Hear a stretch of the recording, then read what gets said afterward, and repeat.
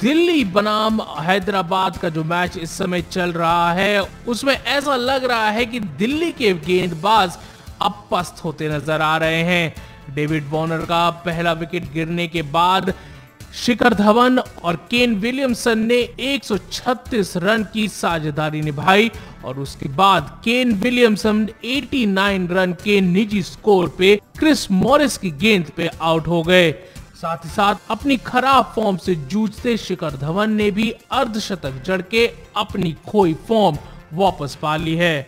आपको बता दें केन विलियमसन ने अपने 89 रन 51 बॉल्स में बनाए, जिसमें उन्होंने 6 चौके और 5 छक्के जड़े।